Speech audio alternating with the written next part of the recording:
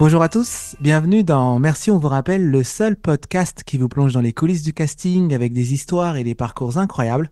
Aujourd'hui, nous avons le privilège d'accueillir une journaliste, réalisatrice, comédienne polyvalente, Mathilde Allais. Bonjour. Bonjour. Bonjour Mathilde. Merci d'avoir accepté mon invitation, c'est très sympa de ta part. Merci à toi de m'avoir invité. Alors, je commencerai par ma première question parce que je sais que tu as beaucoup exploré le monde de la gastronomie en tant que journaliste culinaire.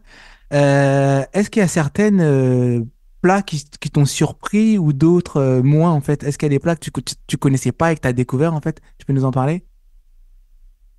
Oui, c'est vrai que du coup, je suis journaliste culture et qui dit culture, dit pluridisciplinaire, donc découvrir plein de choses. Mhm. Et bon, à un moment donné, c'est vrai que j'aime beaucoup manger, il faut le dire. Donc, à un moment, la gastronomie m'a toujours un peu passionnée. Ouais. Et ce que j'aime par-dessus tout, c'est pas seulement un plat en particulier, mais c'est découvrir, tu sais, toutes les histoires des restaurateurs derrière leur restaurant. Mhm. Et ce qui te propose, généralement, c'est des gens au grand cœur et qui se racontent à travers leur cuisine. Donc, je pourrais pas te parler d'une expérience en particulier, Ouais. mais je garde toujours un souvenir de mes plats par le biais de celui qui me l'a présenté, tu vois. D'accord. Mais il n'y en a pas un qui t'aurait marqué plus que d'autres? Alors, il y a un restaurant qui s'appelle le Café Philippe où vraiment, du coup, le restaurateur est aussi un artiste. C'était un ancien comédien qui est devenu restaurateur et son histoire m'a passionnée. Et Mhm. j'avoue qu'il nous a présenté des plats assez fous et assez dingues. C'était incroyable. Ouais, c'était une très belle expérience. D'accord, je te remercie. Maintenant, ma seconde question pour donner un peu un contexte à nos auditeurs, est-ce que tu peux nous parler de toi, de ton parcours? Je sais que tu as démarré grâce à Laurent Veil. Est-ce que tu peux nous parler un peu de cette rencontre aussi, comment ça s'est passé? Ah oui, c'est vrai que Laurent Veil, c'est clairement mon mentor. En fait, j'étais encore étudiante en journalisme et je cherchais des intervenants et c'est vrai que Laurent a eu cette générosité de me faire passer une journée avec lui au sein de Canal+. Et en fait, quand on débute dans ce métier, c'est des choses qui restent et je me souviens qu'il m'avait expliqué tout sur le métier. Et Mhm. il m'avait dit vraiment, voilà, qu'est-ce que c'était que le métier de journaliste culture, journaliste cinéma. Et Ouais. lui, il m'a vraiment ouvert les portes et c'est quelqu'un que j'oublierai jamais, vraiment. Mais comment tu es rentré en contact avec lui? Tu peux nous parler un peu, faire un retour en arrière, voir comment ça s'est fait? Parce que Laurent Veil, c'est pas quelqu'un que je décroche mon téléphone et j'appelle en fait. Oui, oui, oui, c'est vrai. En fait, tu sais, j'ai remarqué que les personnalités étaient quand même hyper ouvertes aux étudiants D'accord. parce que du coup, en fait, ils étaient généreux, tout simplement. Donc, j'avais envoyé, tu sais, un petit message, il me semble, sur Instagram à l'époque et il m'avait répondu, bah oui, en fonction de ses disponibilités et non, enfin, je me rappelle de cette grande générosité à mon égard et je Mhm. pense qu'il était comme ça, Laurent, et des fois, je pense que c'est en tant que journaliste, il y a ce truc de transmission, de dire, je veux que tu débutes et je vais te soutenir dans ta démarche parce que je sais que c'est pas évident et qu'on est passé par là. Même moi, si demain il y avait un étudiant qui venait me parler, je lui dirais évidemment oui parce que c'est cette transmission-là, ouais. Bon, fais attention parce qu'on a des étudiants qui nous écoutent, hein, ils vont te prendre à la lettre. Avec grand plaisir. Franchement, j'ai éminemment mon cœur ouvert à tous les étudiants en journalisme parce que je suis Mhm. passée par là et je sais que c'est pas toujours évident de trouver des gens un peu sympas à interviewer. Mhm. Donc, c'est important de perpétuer ça, quoi. On note. Tu sais, tout à l'heure, tu parlais des personnalités. Toi, tu en as interviewé pas mal de personnalités françaises, surtout notamment grâce à ton podcast. Est-ce qu'il y a des personnalités qui t'ont marqué lors de tes interviews? Est-ce qu'il y en a un qui t'a marqué plus que d'autres? Je dirais qu'en fait, ils me marquent tous de par le moment qu'on vit. Moi, ce qui est très touchant pour moi, c'est quand après on tisse des liens. Moi, c'est vrai que j'ai quand même la chance d'avoir commencé il y a quelques années. Et moi, j'ai vraiment grandi avec eux. Enfin, j'ai vraiment la sensation de les avoir connus, Mhm. alors que du coup, je débutais un peu, j'avais pas forcément les codes, etc. Et eux m'ont vachement ouvert leur cœur. Donc, je me souviens de ça. Et oui, après, moi, j'ai choisi un peu les gens de ma famille de cinéma. J'ai choisi mon parrain, Thierry Cliffat. Je pense à Juliette Rezanini, qui joue dans Demain nous appartient, qui qui est là depuis plusieurs années. Je pense en ce moment à Agnès Jaoui parce que je la revois beaucoup et que voilà, on se reconnaît et on prend toujours plaisir à se voir et je crois que c'est ça qui est très beau. On se suit pendant des années et j'aime beaucoup ça, ouais. Mais c'est quand même des sacrés parrains que tu as. Félicitations. Bah oui, oui, bah j'ai deux parrains de cinéma, donc c'est Thierry Cliffat et Jean-Pierre Lavoignat. Et en fait, Ouais. justement, c'est vraiment grâce à Thierry Cliffat que, comme il était journaliste et qu'il est devenu réalisateur, je me suis dit, mais si lui l'a fait, moi qui avais un goût très prononcé pour la réalisation, je me Mhm. suis dit, bah, en fait, Thierry, c'est vraiment mon exemple. Et grâce à lui, je me suis dit que c'était possible, en fait. Voilà. Mhm. Tu sais, tout à l'heure, tu parlais un peu de Laurent Veil, et moi, quand je regarde un peu ton parcours, j'ai l'impression que tu es, bien parti pour être, pour être comme lui. Tu es un peu la journaliste préférée des acteurs. Tu sais, genre, y en a pas un que tu n'as pas encore rencontré, j'ai l'impression. Oh, si, il y en a plein, il y en a encore plein que je n'ai pas interviewé. Heureusement, parce que sinon, bon, oui, j'aurais plus ce métier, mais bah, c'est pas que je suis préférée, c'est juste que en fait, ils sentent que je suis très sincère dans ma démarche. Des Mhm. fois, voilà, ils sentent que je les aime sincèrement, je cherche jamais à les piéger. Et puis moi, je cherche vraiment à vivre un moment. Et généralement, les gens se souviennent de moi. Je sais pas si je suis la préférée, mais en général, ils se souviennent de moi. Voilà. Ça, c'est cool, tu laisses une bonne impression alors. Bah, j'espère. En tout cas, je fais mon métier le plus sérieusement possible. Ouais. Ouais, T'as ouais. raison. Là, maintenant, on arrive dans la partie de l'émission où on raconte des anecdotes, des choses hilarantes, inattendues, qui auraient pu t'arriver, soit durant des interviews ou dans ta vie de tous les jours. C'est le moment de partager. Bah, écoute, bah, justement, avec Laurent, Oui. je me souviens que du coup, j'étais étudiante, j'avais pas du tout de, tu sais, les codes, etc. Mhm. Tu sais, j'étais arrivée avec un petit trépied vraiment très approximatif. J'arrive devant Laurent et à Canal, enfin, quand même, il m'attendait devant le trottoir, donc j'avais quand même une petite pression et Mhm. mon matériel marchait pas du tout. Et Laurent, il m'attendait, j'étais pas bien, et je me suis dit, mon Dieu. Et tu sais, t'as le stress qui monte parce que t'as comme Laurent qui t'attend. Et hyper gentil, Laurent, il me dit, bah écoute, tu veux que j'appelle un technicien? J'ai dit, non, non, c'est bon. Et c'était, tu sais, j'avais fait un chant contre chant avec ma tablette d'un côté, mon téléphone de l'autre. Enfin, voilà. C'était pas fameux, mais je garde un souvenir de cette interview extraordinaire parce que c'est les débuts. Donc, même s'ils n'étaient pas fameux, ce que Ouais. j'ai aimé, c'est la bienveillance de ce journaliste qui vraiment avait pas que ça à faire et qui attendait gentiment. Et ça, c'est trop chouette quand ça se passe comme ça, Oui, du oui, coup. ça c'est bien des fois quand on tombe face à des gens qui sont très patients, surtout quand on débute, bah ça aide aussi, ça nous permet Euh, Carrément. d'être au maximum en fait. Carrément, carrément. Et justement, je pense que grâce à son regard porteur de joie et de patience et tout, je me suis dit, ok, ok. Et en fait, il sait ce que ça représente. Mhm. Et je sais pas si moi, j'aurais la même patience, mais lui, il m'a accordé quasiment ouais, 1 heure ou 2 heures de son Waouh, temps. c'est génial. Ouais. Et franchement, bah, ça, c'est des choses ouais, voilà. Mais je me souviens qu'au niveau technique, c'était vraiment, vraiment pas ça, quoi. Bah, justement, tu sais, tu parlais de la technique, tu as fait un chant contre chant. J'aimerais qu'on parle un peu maintenant de ta casquette de réalisatrice. On parle d'un court-métrage que tu as réalisé qui s'appelle 13 lettres. Est-ce que tu peux Ouais. nous parler un peu comment est née l'idée, etc. Le tout? Bah, comme je te disais, du coup, je suis passionnée par le cinéma et c'est vrai Mhm. qu'à un moment, à force d'interviewer, de voir plein d'acteurs, etc., enfin, à un moment, puis j'avais cette envie au fond de moi, je l'ai toujours et je me suis dit, bon, parce que moi aussi, donc, j'ai aussi cette casquette de comédienne, mais je me disais, pour un premier petit court-métrage, je préfère rester du côté de la réalisation pour Mhm. expérimenter ce que c'était, parce que du coup, j'avais assisté à des tournages, mais là, d'être réalisatrice, c'était pour moi, bah, du coup, une difficulté. Donc, je voulais être un peu derrière la caméra. Et c'est vrai que du coup, je voulais commencer par un court-métrage de 2 minutes 20 pour Mhm. le présenter notamment au Nikon Film Festival Mhm. sur le chiffre 13, d'où 13 lettres. Mhm. Et en fait, ce qui était vraiment particulier, c'est ce que j'ai fait pour le casting. J'ai fait un truc assez exceptionnel. C'est que du coup, moi, en fait, n'ayant pas une grande expérience dans le casting, je me Mhm. disais, je dois proposer un casting exceptionnel, un peu comme à l'époque où il faisait. Donc, en fait, j'ai loué un théâtre à Paris.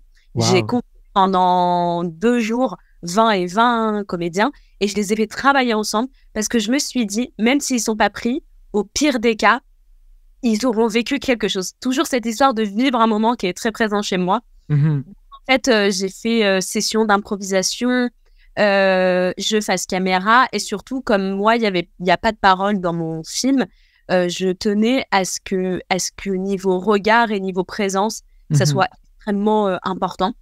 Et j'ai adoré parce que du coup, il y avait c'était en plus des jeunes qui venaient me voir en me disant, ah, c'était une expérience assez forte. Ça a duré quand même 2-3 heures, donc c'était très intense. Mhm. Et, euh, et je pense que cette immersion a constitué, oui, un certain mécanisme chez moi pour élaborer mon choix, qui était honnêtement une des choses les plus difficiles à faire. J'ai eu du mal à dire non, voire même j'ai fui. J'ai pas réussi à dire aux comédiens, donc j'ai juste annoncé à celle qui était prise qu'elle était prise, mais les autres, j'ai vraiment eu du mal. Enfin, je me suis rendu compte que c'était brutal de dire non, en Mhm. fait. Pour les autres, Voilà. tu leur as juste dit merci, on vous rappelle. Non, je leur ai pas dit ça. C'est vraiment, j'ai fui, j'ai dit non, mais je réfléchis. J'ai eu vraiment du mal. C'était parce que justement le merci, on vous rappelle, il est dur. Et en général, même si on dit qu'on rappelle, au moins il faut rappeler avec la Mhm. courtoisie de dire non, mais de Bien rappeler. sûr. Ouais. Ouais. Si on revient sur ton court-métrage, moi j'aimerais que tu nous expliques un peu que représente l'absence de dialogue en fait. Parce qu'en fait, je voulais expérimenter. Parce que déjà, je trouve qu'on peut dire beaucoup de choses par le biais du regard. Surtout dans un film, et que finalement, le langage corporel et visuel était universel, et que tout le monde pouvait comprendre ce court-métrage. Et donc, je tenais à ce que finalement, on dise beaucoup de choses en ne parlant pas. Je trouvais ça très, très fort, notamment pour le sujet qui était la guerre en Ukraine, entre autres. Tout à Donc fait, ouais, oui, je l'ai trouvé très poignant ton court-métrage parce que justement, cette absence de dialogue, j'étais là, j'étais scotché, je regardais. Tu sais, au début, je m'attendais que les personnages échangent quelques mots entre eux et ça venait pas en fait. Et du coup, j'ai oublié ce côté-là, mais je suis juste rentré dans le court-métrage, même si c'est 2 minutes 30, mais on rentre vraiment bien dedans. Et est-ce que toi, tu as eu quelques défis? Comment ça s'est passé en fait? Ou sinon, tout s'est passé comment en fait? ben, pour moi, c'était difficile parce que du coup, j'avais beaucoup observé des réalisateurs et des réalisatrices ou des acteurs. Mais Mhm, en fait, je me suis rendu compte que c'était hyper difficile parce que, en fait, quand tu es réalisateur, tu sais, tu es un parent. Et quand tu es un acteur, t'as un peu le rôle de l'enfant où tout le monde te pomponne. Et en fait, quand tu es réalisateur, je me suis rendu compte que tu étais confronté à énormément de difficultés, à savoir que tout le monde te pose des questions, tout le monde compte sur toi, tu es vraiment le maître du navire. Et quand t'as pas, en fait, les grands réalisateurs, c'est ceux qui savent pertinemment ce qu'ils veulent faire. Et mhm, moi, c'était une première expérience, donc c'était un peu compliqué pour moi, notamment dans le fait de parler aux acteurs. Comment on parle aux acteurs, enfin, j'ai trouvé que c'était très difficile, notamment avec la comédienne à un moment pour une scène d'émotion. Je n'avais pas su peut-être bien la driver pour l'emmener là où je voulais. Donc, moi, je fonctionnais beaucoup à la musique, notamment une musique que j'avais diffusée lors de mes castings. Il y avait une musique que j'avais fait très présente, par exemple, avec mes comédiens avant de commencer. On se prenait dans les bras. Enfin, je voulais vivre quelque chose.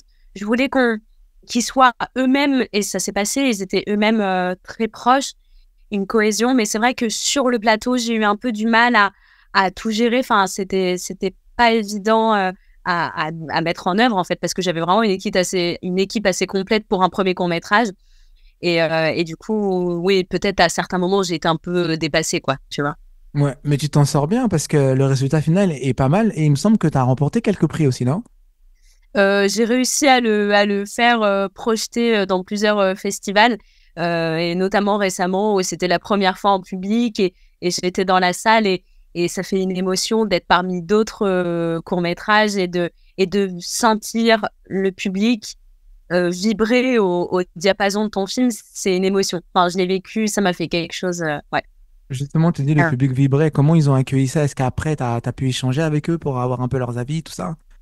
Bah, en fait, c'est que la session de court-métrage dans laquelle j'étais, c'était des courts-métrages très, très forts et poignants.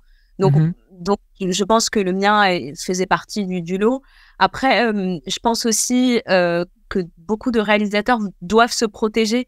C'est-à-dire que oui, c'est important que le public soit sensible à notre univers, mais finalement, si ça plaît ou pas, c'est plus vraiment à nous, quoi. Tu vois, Oui, il y ça a un truc. t'appartient plus.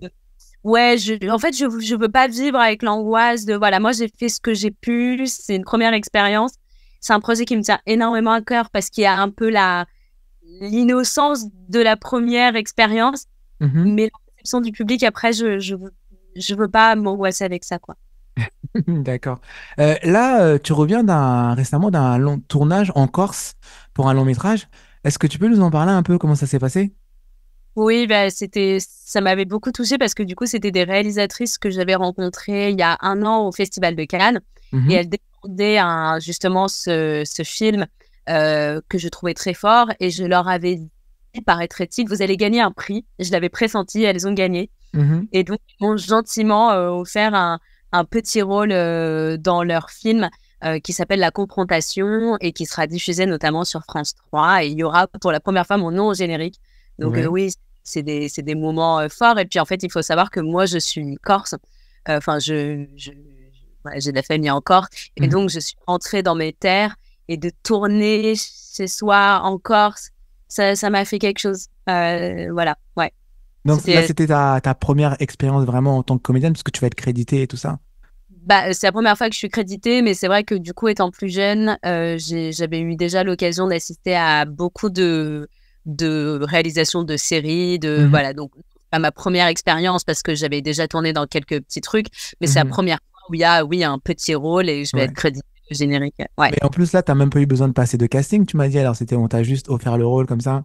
Ouais, oui, bah, en fait, c'était parce que du coup, elle et moi, bah, comme je t'ai dit, j'ai des liens très particuliers avec les gens que j'ai interviewés. Donc, Mhm.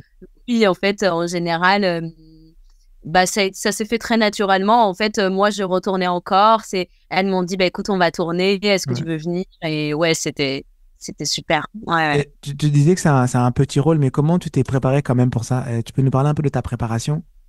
Bah, en fait, c'était très fort pour moi parce que du coup, c'est un thème qui est extrêmement fort, qui est l'inceste, voilà, qui est l'histoire d'une jeune fille qui va subir en fait les attouchements de son parrain Mhm. et d'où la confrontation. Et c'est vrai que bah du coup, je pense que, enfin, c'était bah justement, c'était marrant, c'est une séquence où ça passait beaucoup par le regard aussi, et ça revient toujours ce truc de à quel point il y a de la présence parce qu'on est, parce qu'on émane de par notre regard et tout. Donc franchement, voilà, on se prépare. Après, je pense il faut un peu euh, comprendre les tenants et aboutissants de la séquence, du Mhm. scénario, etc. Et après, il faut foncer et se laisser aller aussi aux émotions des autres qui Mhm. sont avec nous. Et ouais, je pense qu'il faut se laisser guider aussi par les autres. Tout à fait. Toi, ton métier principalement, tu es journaliste indépendante. Et là, petit à petit, t'es en train de faire un peu des transitions entre comédienne, réalisatrice. Comment tu vis un peu tous ces changements de casquette et tout? Bah, c'est vrai que moi, du coup, enfin, je suis vraiment devenue journaliste en ayant l'envie de faire du cinéma. Et Mhm. puis, quelque part, je pense que maintenant, je me sens un petit peu plus légitime pour me dire, si tu veux faire de la réalisation, vas-y. Mhm. Je suis pas encore au stade de, voilà, mais je me dis maintenant, suis un peu plus ton envie. Et du coup, c'est vrai que, bah, comme je disais, mon parrain de cinéma l'a fait. Et je me dis, bah, suis un peu la route que tu as envie de suivre. Mais D'accord, c'est ouais. vrai que je n'en demeure pas moins journaliste et j'aime énormément ce métier. Pour rien au monde, je le changerais. Mais si je peux m'affirmer aussi en tant que réalisatrice et défendre des thèmes qui me sont chers, Mhm. euh, je- ouais, ouais, j'aurais moins peur. Est-ce qu'il y a une casquette que tu préfères plus que l'autre? Bah, je suis journaliste. Je peux pas dire le contraire. C'est celui que je fais depuis des années. Les gens m'ont Mhm. connu. La plupart des gens du métier Ouais. m'ont connu en tant que journaliste. Donc, je Mhm. peux pas. Voilà. C'est vrai que j'ai ça en moi, je le sens bien. Mhm. Mais un jour, je vais, oui, réaliser un plus long métrage. Je vais signer quelques petites réalisations parce que j'ai une vision artistique aussi qui s'est développée avec mon Mhm. métier de critique de cinéma et de journaliste. Parce que Mhm. voir tellement de films et d'entendre tellement les gens parlaient de leur métier. J'ai compris énormément de choses en les écoutant, en fait. J'ai compris du métier en écoutant mes invités, hein, vraiment. Justement, j'aime bien ce que tu dis parce que toi, en tant que journaliste et critique de cinéma, quel regard tu portes sur l'industrie, toi? Comment tu vois son évolution, en fait?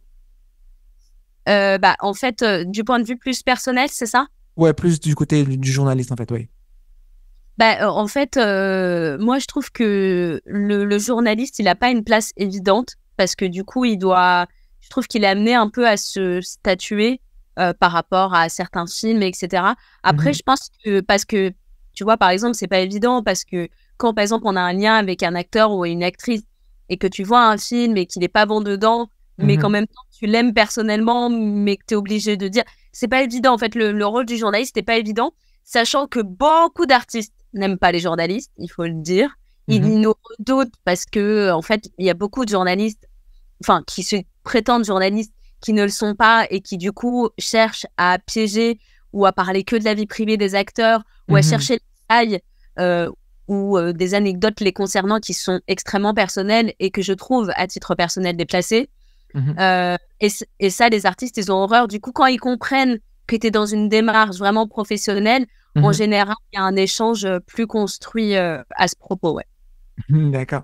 Maintenant, j'aimerais qu'on parle un peu de la partie de ton podcast. Tu sais, tu as lancé un podcast, c'était en novembre dernier, qui s'appelle La Conversation. Ma première question, ça serait quoi le choix de ce nom, Conversation? Parce que justement, en fait, le mot interview, je le trouve un peu. Déjà, c'est pas un mot français, tu vois. Interview, du coup, c'est anglais et tout.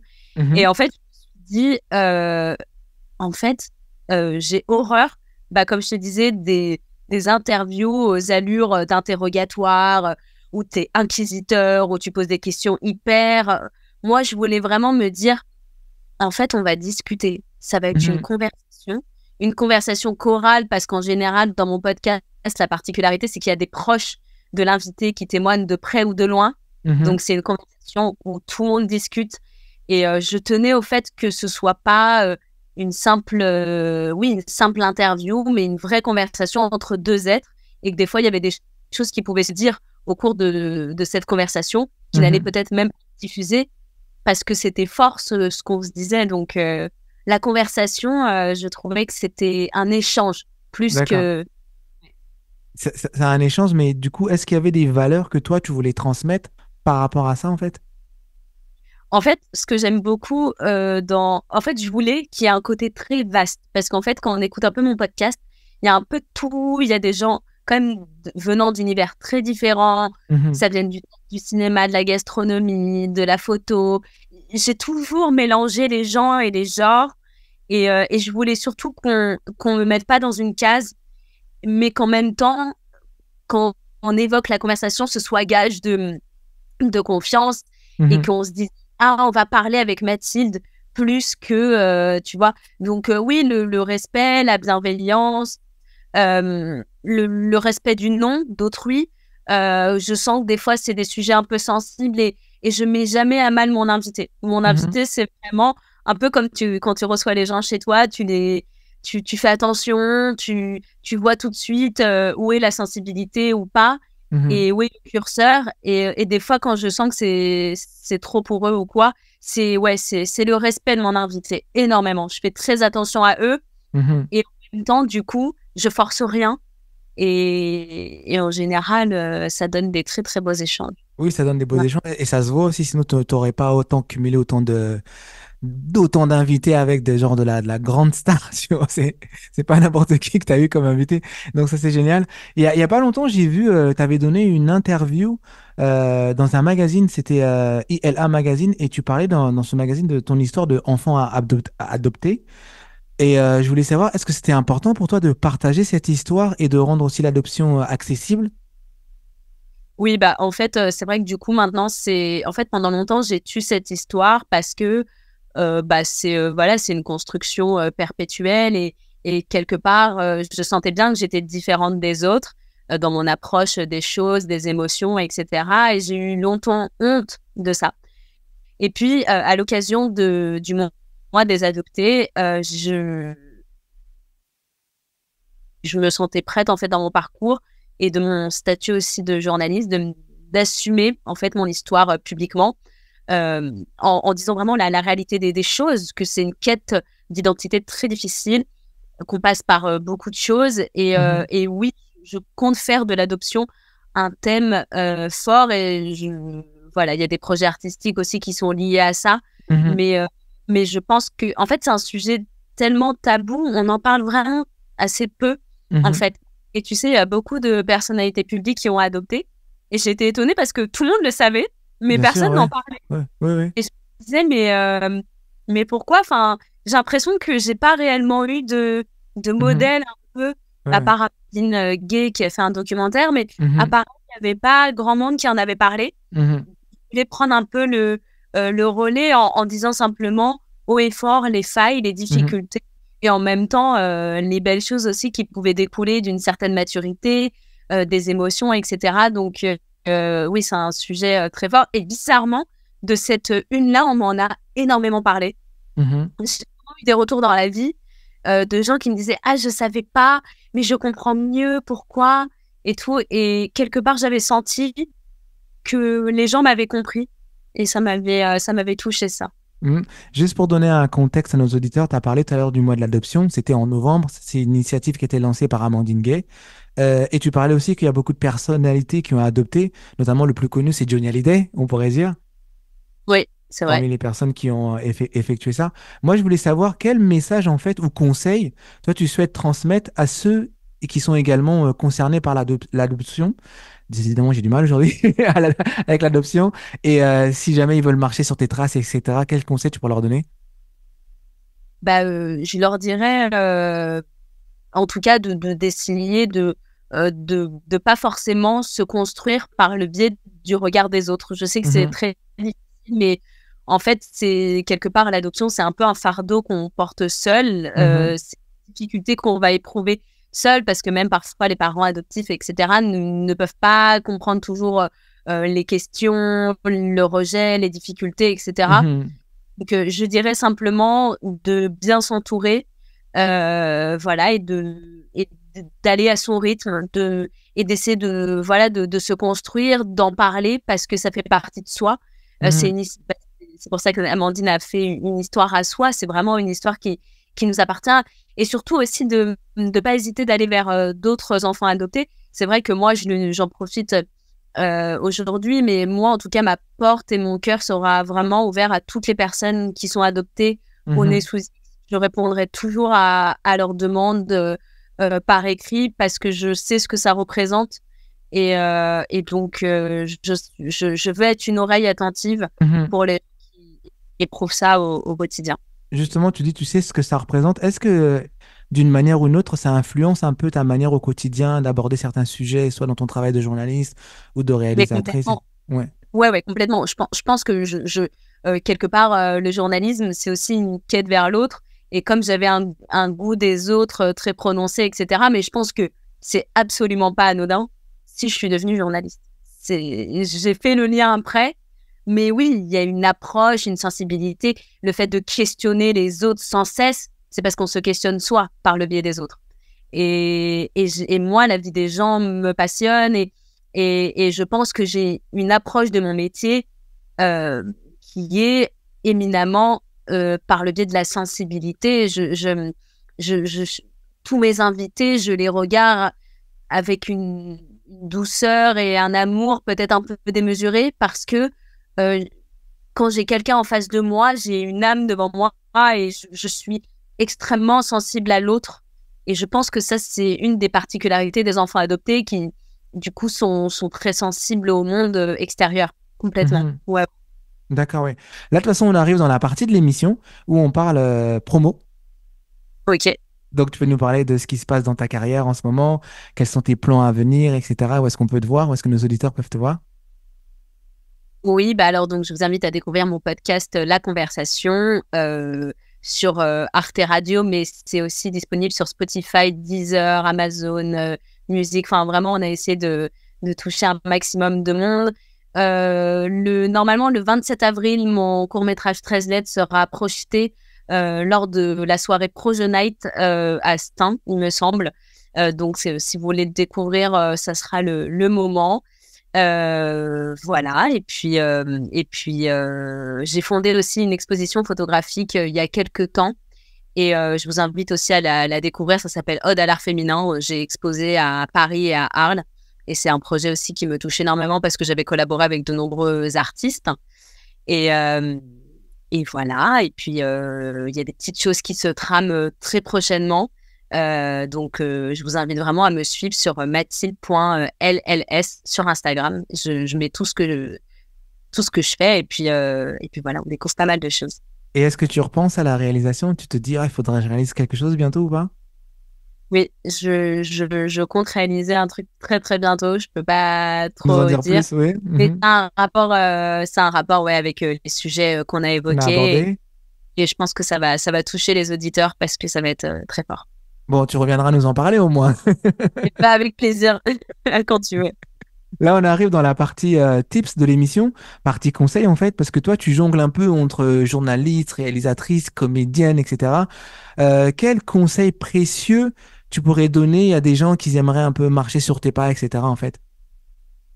Quand on te vire par la grande porte, rentre par la fenêtre. Vraiment, c'est ce que je pourrais dire aux auditeurs, c'est-à-dire garder intacte sa détermination. Si ce que vous voulez faire vous est si cher, faites-le. Enfin, ne prenez pas ombrage de ce que vont vous dire les gens et foncez, vraiment foncez.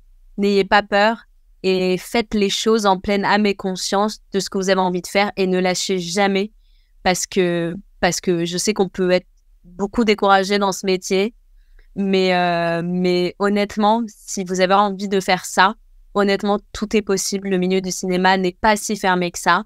Et je pense qu'avec beaucoup d'audace et de détermination, vous allez arriver à vos fins, avec évidemment beaucoup de difficultés émotionnelles et tout. Mais à la fin, on y arrive. Franchement, c'est ce que je pourrais dire. C'est un superbe conseil. Je ne sais pas si c'est Antonin qui m'avait parlé ça, que son prof de théâtre, euh, Olivier Belmondo, lui avait donné un conseil. Il avait dit que si jamais la porte était fermée, rentre par la fenêtre. Si la fenêtre est fermée, rentre par la cheminée.